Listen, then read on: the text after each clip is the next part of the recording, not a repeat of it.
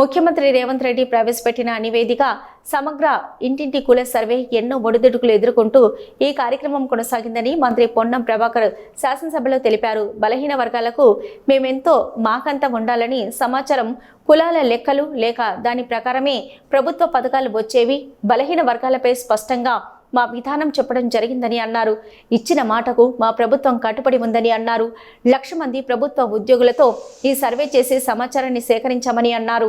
ముఖ్యమంత్రి గారు ప్రవేశపెట్టినటువంటి యొక్క నివేదిక, నిర్ణయం నుంచి నివేదిక 4వ తారీఖు ఫిబ్రవరి 2024 నాడు కేబినెట్ నిర్ణయం తీసుకుంటే, తిరిగి 4వ తారీఖు ఫిబ్రవరి 25 నాడు శాసనసభలో నివేదిక రూపంలో ప్రవేశపెట్టినటువంటి ప్రభుత్వం దీనికి సంబంధించి సహకరించిన ప్రతి ఒక్కరికి కూడా, ఎందుకంటే నిర్ణయం తీసుకొని కార్యక్రమం క్షేత్రస్థాయి దాకా పోయి పర్యవేక్షణ చేస్తూ అనేక రకాలుగా ఒడుదుడుకులు ఎదుర్కొంటూ ఈ కార్యక్రమం కొనసాగింది. అధ్యక్ష, ఇప్పుడే గౌరవ ముఖ్యమంత్రి గారు చెప్పిన ఈ కార్యక్రమం 1931 స్వాతంత్రంకు ముందు ఇటువంటి సమాచారాన్ని సేకరణ జరిగితే దాని తదుపరి ఏ బలహీన వర్గాలకు సంబంధించిన వాళ్ళు ఉన్నారో వాళ్ళంతా కూడా మేమెంతో మాకంత ఉండాలి, అసలు సమాచారం అన్ని కులాల లెక్కలేక రకరకాల ప్రభుత్వాల ఇష్టాప్రకారంగా పథకాలు వచ్చేటువంటి. అధ్యక్ష, కానీ ఎప్పుడైతే భారత్ జోడో యాత్రలో రాహుల్ గాంధీ గారు దేశం మొత్తం తిరిగినప్పుడు చాలా వర్గాలకు అసలు ప్రాతినిధ్యమే లేదు.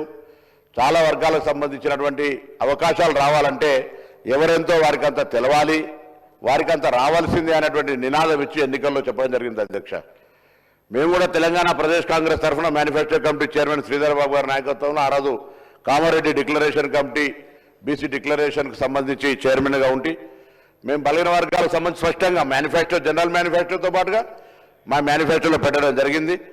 ఈ కుల సర్వేకు సంబంధించి మా ప్రభుత్వం కట్టుబడి ఉందని చెప్పిన. అధ్యక్ష, 4వ తారీఖు నాడు క్యాబినెట్ అయింది.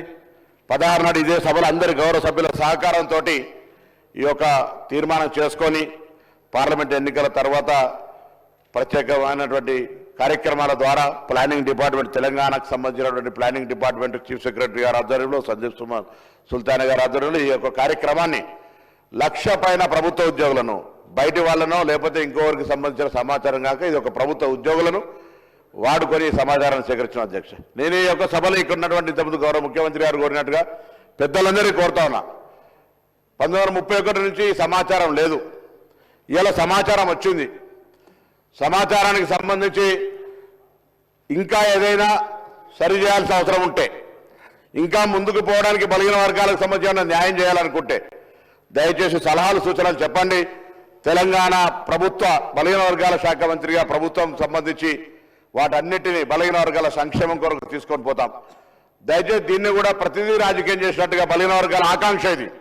నేను ఇవాళ ఇక్కడ నుంచి ఈ వేదిక నుంచి కోరుతాను, తెలంగాణ బలహీన వర్గాల నాయకత్వం ప్రతి జిల్లాలో కూడా ఇవాళ ఒక స్వేచ్ఛగా భవిష్యత్తు కార్యక్రమాలను జరుపుకుంటామనేటువంటి ఒక ఆకాంక్ష వెలుబుచ్చాల్సిన అవసరం ఉంది. సంఘాలు కానీ, మేధావులు కానీ, ఇది గత కాలంగా చాలా కాలంగా డిమాండ్ చేస్తున్న వాళ్ళంతా ఇలా ఒక డిమాండ్ నెరవేరింది.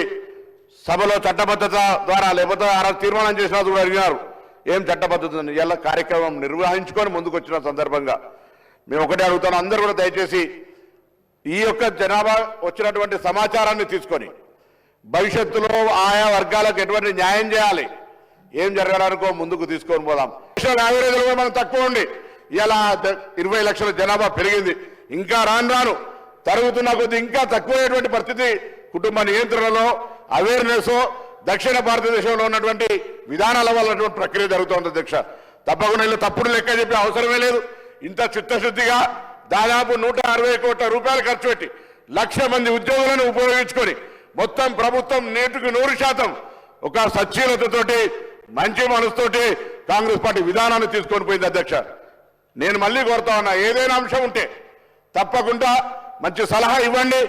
డెఫినెట్లీ దాన్ని సానుకూలంగా తీసుకుపోయేటువంటి బాధ్యత తప్పకుండా. బలహీన వర్గాలకు నిజంగా న్యాయం జరగాలని అనుకుంటే, బలహీన వర్గాల వారికి ప్రభుత్వం భవిష్యత్తు కార్యక్రమం మంచి కార్యాచరణ తీసుకొని పోవాలనుకుంటే అన్ని రకాల సలహాలను స్వీకరించడానికి సిద్ధంగా ఉన్నాం.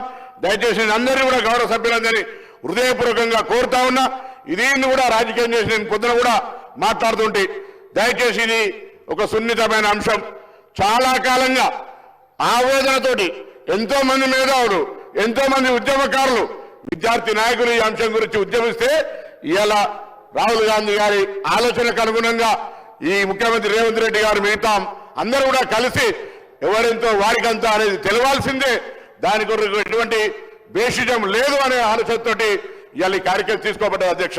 కాబట్టి దయచేసి సభాధ్యక్షులుగా మీరు దయచేసి ఇటువంటి సెన్సిటివ్ ఇష్యూను అందరికీ బలహీన వర్గాలకు న్యాయం జరగాలనే ఆలోచనతోటి ప్రభుత్వం ఒక కార్యాచరణ తీసుకుపోయే సందర్భంలో దీన్ని కూడా ఏదైనా అటువంటి మిగతా రాజకీయ అంశాలను సంబంధం లేకుండా బలహీన వర్గాలకు న్యాయం జరగాలి, ఒక రోడ్ మ్యాప్ రావాలి, రాబోయే కాలంలో సాంకేతికంగా ఎటువంటి పథకాలు వీళ్ళకి అందించాలి, ఏం చేద్దామనే దాని కొరకు ఆలోచన చేయాలని సందర్భంగా కోరుతూ మీ ద్వారా గౌరవ సభ్యులందరికీ ఈ కార్యక్రమం నిర్వహించిన ప్రతి ఒక్కరికి కూడా మరొకసారి, ఎందుకంటే ఒక ఉద్యమ బిడ్డగా ఈ బలహీన వర్గాలకు సంబంధించినటువంటి నినాదంతో బలహీన వర్గాలకు న్యాయం జరగాలనే ఆకాంక్ష నెరవేరుతున్నప్పుడు దానికంటే మించిన సంతోషం ఇంకోటి ఉన్నది అధ్యక్ష.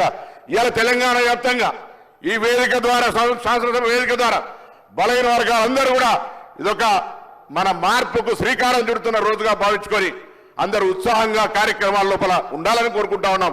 అందరూ ఈ కార్యక్రమాన్ని పార్టీలకు అతీతంగా ప్రతి ఒక్కరు బలహీన వర్గాల బిడ్డగా 10-20 సంవత్సరాల నుంచి ఇది కావాలని అడిగిన వాళ్ళంతా ఇలా రావడాన్ని స్వాగతిస్తూ ఏదైనా ఇంకా అవసరం అనుకుంటే సలహా సూచనల రూపంలో ఏమని చెప్పి సందర్భంగా ఈ సభ వేదిక ద్వారా అందరినీ కూడా కోరుతూ బలహీన వర్గాలకు న్యాయం చేసినటువంటి ఈ ప్రభుత్వానికి హృదయపూర్వకంగా కూడా నేను అందులో భాగస్వామి అయినప్పటికీ కూడా ఇటువంటి ఒక గొప్ప నిర్ణయం తీసుకోవడం, చారిత్రాత్మక నిర్ణయం తీసుకోవడం, ఆ నిర్ణయంలో మంత్రిగా, సబ్ కమిటీ సభ్యుడిగా, ఆనాడు పార్టీ నాయకుడిగా, దీనికి సంబంధించినటువంటి డిక్లరేషన్ చైర్మన్ గా ఈ రోజు నివేదికకు సంబంధించి ప్రభుత్వం ఇస్తున్న దాన్ని అమలు చేయడానికి సంబంధించిన కార్యాచరణలో భాగస్వామిగా సంతోషంతో నేను అందరినీ కూడా ఇటువంటి భాగస్వామ్యాన్ని పొందమని, ఒకవేళ ఎవరైనా అప్పుడు మేము చేయలేకపోతే అయ్యో దీనికి పేరు వస్తుంది దానికి పేరు వస్తుంది ఏ అవసరం లేదు, ఇది మన వర్గాలన్నిటికీ న్యాయం జరిగే కార్యక్రమం కాబట్టి ఆ వర్గాలకు న్యాయం చేయడానికి ఒక రోడ్ మ్యాప్ ఇచ్చే విధంగా సలహా సూచనలు ఇవ్వాలని గౌరవ సభ్యులందరినీ హృదయపూర్వకంగా కోరుతూ 1931లో ఒక్కసారి కులకు సంబంధించిన ఒక సమాచారం సేకరణ, అది మన స్వతంత్రం రాకముందు దేశంలో మొట్టమొదటి రాష్ట్రం ఇవాళ ఒక కులానికి సంబంధించిన అన్ని రాష్ట్రంలో ఎవరెంత ఉన్నారు ఏందనే సమాచారాన్ని సేకరించినాం. దీనికి సంబంధించి నేను ముందు నుంచి కూడా సభలో కోరుతా ఉన్నా, ఏదైనా రోడ్ మ్యాప్ ఇవ్వడానికి మీరేం సజెషన్ చేస్తారో మీ పార్టీ తరఫున ఇవ్వండి. కానీ జనరల్ మొత్తం ప్రాసెస్ని క్రిటిసైజ్ చేసినట్టుగా ఇంటిగ్రేటెడ్ స్టిక్కర్లు వేసి ఉంటే ఒకవేళ అటువంటిది నిజమైతే డెఫినెట్లీ ఆ ఆఫీసర్ మీద యాక్షన్ తీసుకుంటాం. కానీ మేము ఎక్కడ కూడా అటువంటిది జరిగింది అనేటువంటి ప్రశ్న కొంతమంది పెద్దలు శ్రీనివాసరావు గారు చెప్పినట్టుగా మా ముఖ్యమంత్రి గారు ప్రకటనలు చెప్పారు. జిహెచ్ఎంసీకి కొంత సంబంధించి ఏం చెప్పంటావు అధ్యక్ష, కొంతమందికి ప్రభుత్వ ఉద్యోగులు అయితే కుక్కలో వదిలిపెట్టిన వాళ్ళు కూడా ఉన్నారు. కొంత నష్టం, రకరకాల వ్యక్తులు రకరకాల స్వచ్ఛంద సమాచారం ఇచ్చినటువంటి వాళ్ళని సేకరించడం. చాలా మంది ప్రముఖులు ఈ రాష్ట్రంలో ఆదర్శవంతం అనుకుంటే వాళ్ళు సమాచారం ఇవ్వలేదు అధ్యక్ష. కాబట్టి ఆ విషయాల దగ్గరికి ఎక్కడికి పోకుండా గౌరవ సభ్యుని నేను ఏం కోరుతున్నా అంటే, ఇది రేపు రాజకీయంగా, విద్యాపరంగా, ఉపాధి పరంగా సమాజంలో గౌరవంగా తలెత్తుకి తిరగడానికి సంబంధించి ఒక డాటా మంచి క్షేత్రస్థాయిలో శాస్త్రీయ పద్ధతిలో అధికారులు చదువుకున్నటువంటి ఐఏఎస్ అధికారులు పర్యవేక్షణకు సంబంధించి బీహార్ వేరే రాష్ట్రంలో జరిగిన దానికంటే ఎక్కువ మార్పు చేసి నేను కూడా ప్రత్యక్ష సాక్షిని భాగస్వామిని అధ్యక్ష. నేను నా వర్గాలకు న్యాయం వస్తే నేను మెత్తవలేదన్నా డెఫినెట్లీ మీరు తప్పకుండా గట్టిగా మాట్లాడతారు, జరిగినప్పుడు కూడా మాట్లాడతారంటే అవివేకంగా మారుతుంది. నేను కూడా ఇప్పుడు ఏమంటున్నా, మిమ్మల్ని దయచేసి గౌరవ బలహీన వర్గాల శాసనసభ్యుడిగా మీరు ముందు సీట్లో రావాలని కోరుకుంటూనే మీరు మీ పార్టీకి సంబంధించిన ఐడియాలజీ చెప్పండి, భవిష్యత్తు న్యాయం జరగడానికి కూడా ఒక రోడ్ మ్యాప్ ఇవ్వండి. ఇప్పుడున్న దాంట్లో పొరపాటు జరిగితే సరి చేయడానికి పెద్దలు గౌరవనీయులు మాజీ మంత్రి శ్రీనివాస్ యాదవ్ గారు అనుభవపూర్వకంగా ఇది ఇట్లా చేస్తే బాగుండేది ఒక సజెషన్ చేసినాడు. గవర్నమెంట్ దాన్ని ఏం చర్చ చేస్తుందో చేస్తుంది. కాబట్టి దయచేసి మీరు మనం ఎలక్షన్ కమిషన్ అని చెప్పింది, ఇంకా ఇప్పుడు వచ్చే సమాచారానికి సంబంధించి మీరు ఎప్పుడైనా ఎక్కడైనా ఎట్లా దానికి చర్చ చేయమని చేద్దాం. కానీ దయచేసి దీనికి సంబంధించిన ఈ సమాచార సేకరణను ప్రశంసించకపోతే కనీసం సలహా సూచన చెప్తూ భవిష్యత్తు రోడ్డు మ్యాప్కు కొంత బలహీన వర్గాల గౌరవం పెరగడానికి మంచి మార్గము అన్వేషణ చేయమని చెప్పి కోరుతాను. ఇది అందరి విద్యా, ఉపాధి, సామాజిక, రాజకీయ, ఆర్థిక అనేక రకాల మార్పుకు ఒక తొలి మెట్టు. ఇవాళ నుంచి ప్రారంభమయ్యే ఈ మజిలీ ఈ యొక్క యాత్ర భవిష్యత్తులో చివరి బీసీ దాకా చేరడానికి మనమందరం ప్రజాప్రతినిధులుగా ఆ కార్యాచరణ తీసుకొని ఏ పార్టీలో ఉన్నా దానికి ఉపయోగపడే విధంగా మన యొక్క సలహా సూచన ఉండాలని ఆకాంక్షిస్తున్నారు. గౌరవ సభ్యులు 9:30 విన్నారే ఒక్క నిమిషం అరే వినగదనా వినగదు చెప్తున్నా బ్రో మేము సబ్ కమిటీ చైర్మన్గా ప్రజల ముందు ఉంచినాము. దానికి న్యాయపరంగా శాసనసభలో ప్రజాస్వామిక విలువలుగానే శాసనసభలో ప్రభుత్వం తరఫున పెట్టినాము. మీరు ఇట్లప్పుడన్నా మీరు వెబ్సైట్లో పెట్టమని చెప్పి మీరు ఊరికేనే మాట్లాడదు ఎవరికైనా వెబ్సైట్లో అందుబాటులో ఉండే ఆ ప్రభుత్వం మీరు దాని తదుపరి లేకపోతే ప్రభుత్వం ఆనాడు ఉన్న అధికారులు ఇవ్వాలని ఉన్న అధికారులు కదా స్టేట్మెంట్ ఇప్పేది ఎప్పుడైనా ఎస్కేఎస్ సర్వే పబ్లిక్ డొమైన్లో చట్టబద్ధత కలిగి ఉండేదా దాని గురించి మాట్లాడేటువంటి సందర్భం అవసరం లేదా. 2011 జనగణన ఆనాడు బీసీలది లేదు, బీసీలకు సంబంధించిన జనగణన చేయాలని అందరి ఆలోచన జరిగింది దానికి సంబంధించి సర్వేలు సహకరించకుండా దీని గురించి మాట్లాడితే దానికి అర్థమే లేదు. నేనేమంటున్నా ఎవరైనా ఒకవేళ ఆయా వారి గౌరవ ముఖ్యమంత్రి ఆనాడు అభిప్రాయం చెప్పుంటే మీరు ఇలా కూడా అదే అభిప్రాయంతో ఉన్నారో చెప్పండి. ఇలా జరుగుతున్న కార్యక్రమానికి మీరేం మాట్లాడదలుచుకున్నారు? బలహీన వర్గాలకు సంబంధించి మీరు ఎస్కే సర్వే చేసిన అన్నారు, ఏం మార్పులు తెచ్చినారు, ఏం స్కీమ్స్ తీసుకొచ్చినారు, ఎవరికి బలహీన వర్గాలకు న్యాయం జరిగే కార్యక్రమం తీసుకున్నారు మీరు. ఇలా మేము కమిటీ చైర్మన్ ఉత్తమ్ కుమార్ రెడ్డి గారి గురించి బహిరంగంగా ప్రజల ముందు ఇచ్చినాం. ఇవాళ సభలో వస్తా ఉన్నాం. 42% రిజర్వేషన్ల కొరకు చట్టబద్ధత తీసుకొచ్చి కొట్లాడదాం. బరాబరి మేము పారిపోతూ ఉండలేం. 42% పార్టీ పరంగా అడుగుతా ఉన్నాం.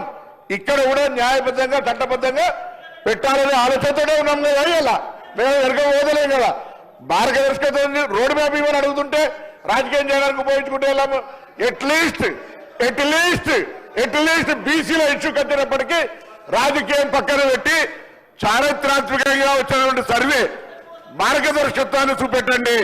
బలహీన వర్గాలకు రోడ్ మ్యాప్ ఇచ్చే విధంగా రాజకీయ పార్టీలు వ్యవహారం చేయాలని ఆకాంక్షిస్తాం.